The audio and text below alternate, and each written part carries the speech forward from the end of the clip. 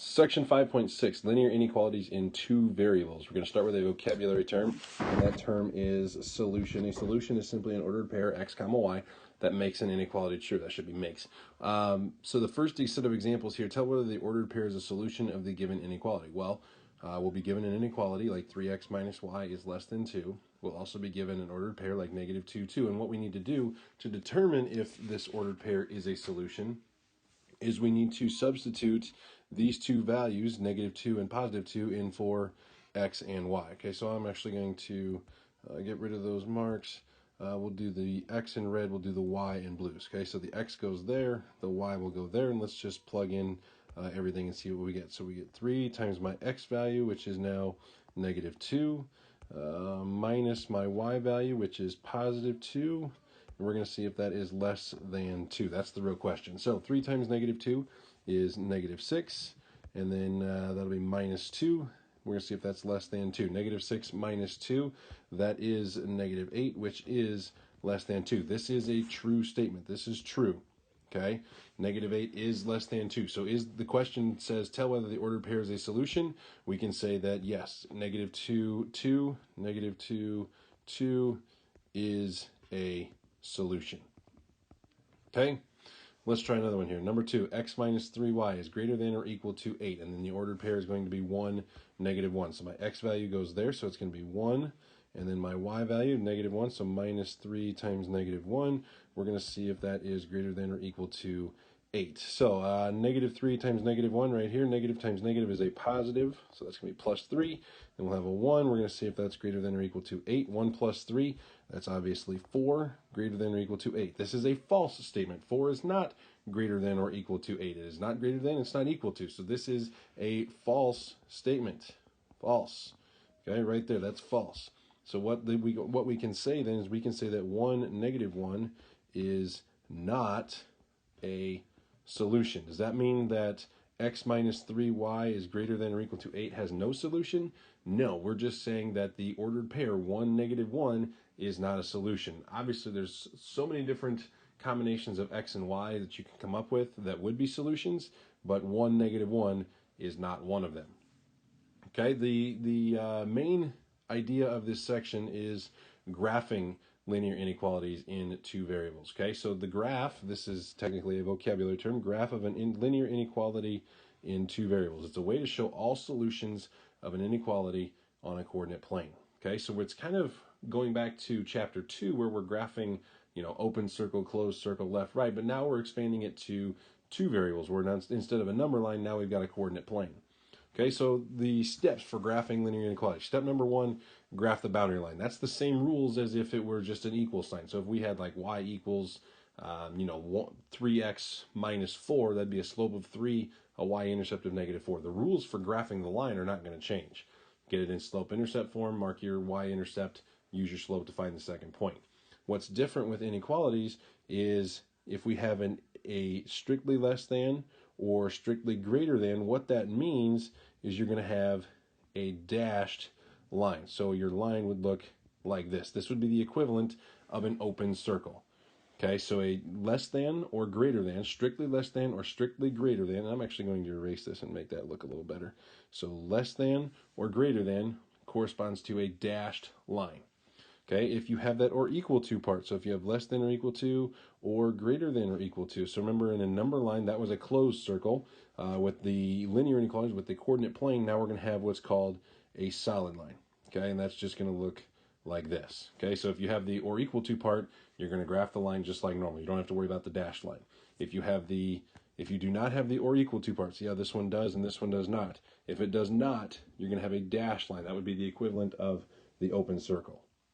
Okay, so once we get the boundary line drawn, we're going to do step number 2. We're going to test a point that is not on the line. The point that I would recommend, if possible, is the origin, 0, 0. It makes things very, very easy. Sometimes the origin is on the line, which means we can't use the origin. If the origin is on the line, pick a different point. It doesn't matter which one. I would recommend trying to stay close to the origin, stay close to 0, just because it's smaller numbers, makes it a lot easier to work with. But if you don't want to use 0, 0, you do not have to. You just have to pick a point that is not on the line. For future reference, in the examples here, If I get a point, if 0, 0 is not on the line, I'm going to test that point. If I get one where 0, 0 is on the line, then I'll have to pick a different point, but I'll stay very close to 0, 0. Okay, then step number 3, we need to shade the proper side. This is kind of based on step number 2, and that's what the 2 asterisks there are describing. Okay, so when we test a point, if we get a solution, the side of the line that contains that point is where all of our solutions are going to be. So that's the side we're going to shade. If the point we pick is not a solution, we're going to shade the opposite side. Okay, and I'm going to show you what that looks like here in just a second. Okay, so let's just try here. Let's just try a few. So graph the inequality. So number 1, let's go with y is greater than or equal to -3. Okay, there's no x here, so it's just, so if we think about the line y equals 3 and we did an xy table, we can pick whatever x we want because there's no x in our equation. So we could do like -7, 0, 1, 10, 50, it doesn't matter. Okay, what the equation tells us though is that the y values all have to be 3. Okay, and what this looks like then when you put those points on a graph, all of those points make up a horizontal line. Okay, so the graph of this is still going to be a horizontal line, but now we're just going to have it look slightly different when it's all said and done. So I'm going to erase this stuff here in purple. Okay, we know that y equals 3 is a horizontal line. So what I'm going to do, I'm going to bring in some graph paper, and let's actually graph this thing a little more precisely. So we got our y-axis, we have our x-axis. Now, because we have this or equal to part, that means we're going to have a solid line, and our solid line is going to go through the y value of 3. This is a horizontal line, looks like this.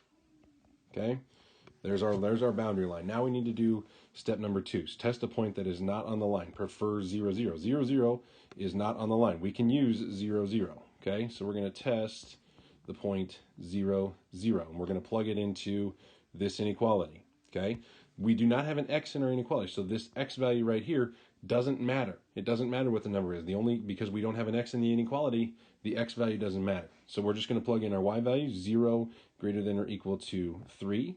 That is a false statement. Oh my goodness, I just realized I made a mistake. This is -3, isn't it? Okay. Well, let's try this again. So I'm going to erase this purple line. Guys, I really apologize for this.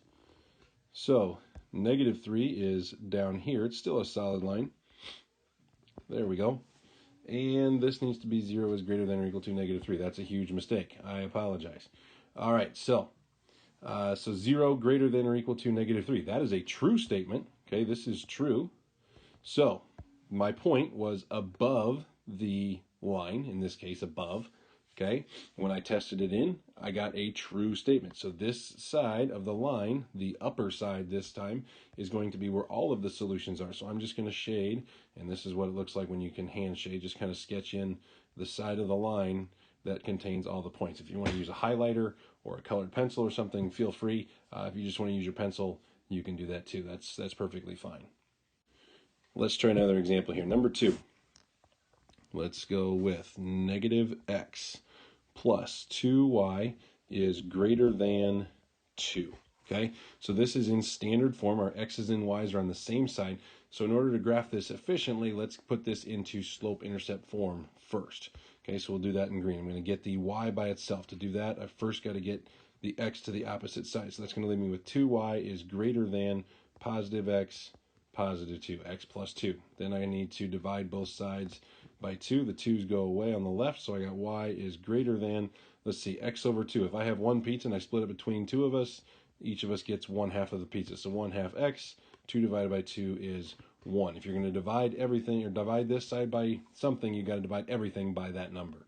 Okay, so y is greater than 1/2 x plus 1. This is our inequality that we're going to work with.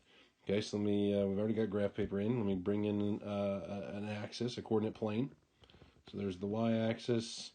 Here's your x-axis. Let's go ahead and graph these. So my y-intercept is 1, so I'm going to make a mark at 1. And then my slope is 1/2, so I'm going to go up 1 and to the right 2. +1 over +2, +1 over +2, up 1, right 2. Instead of going up and to the right, you could also go down and to the left. So down 1, left 2, down 1, left 2, down 1, left 2. That should be plenty of points. Okay, now we need to figure out, is this going to be a solid line or is it going to be a dashed line? Now, if the inequality, this one does not have the or equal to part. It is strictly greater than. If we go back up to our rules, if we have strictly greater than, that's this one, it's going to be a dashed line. Okay, so let me go back to the picture. This is a dashed line. So we're just going to sketch a dashed line through that. Now, a quick way to do that, if you want to make a solid line and then just erase pieces of it, that's a quick way to make a dashed line as well. Okay, so we've got our line in there. Now let's go ahead and test a point. 0, 0, again, is not on the graph, or it's not on the line, so we can use 0, 0. Okay, so I'm going to test 0, 0. And we have a couple of options. We can put it right here, or we can put it right here. It doesn't matter. I'm going to use the top one. I'm going to use the original inequality. Okay, so my x value is 0, so I'm going to have negative 0 plus 2 times 0. We're going to see if that's greater than 2. The opposite of 0 is still 0. That goes away. 2 times 0, that's also 0. That goes away. So I'm left with 0 on the left-hand side, greater than 2. This is not a true statement. This is false. Okay, this is not true. 0 is not greater than 2. So what this means, this point I tested was on the, we can call it the bottom side, or the bottom lower right-hand side of the line. And when I tested that side, I got a false statement, which means all of these points out here, all of these points on this side of the line are going to give me false statements, which means this side of the line, the opposite side of the line, that's where all the true statements are. So when I graph, or when I shade, that's the side of the line I shade in. Okay, you don't need to go very big or very far away from that line, or far away as far as covering a bunch of graph paper. This isn't a whole lot of room. Okay, so if you get a false statement when you test, then you shade the opposite side. If you get a true statement like we did up here, then that's the side of the line you shade. Okay, hopefully that makes sense. If you have any questions, please don't hesitate to ask, and we'll keep working with it.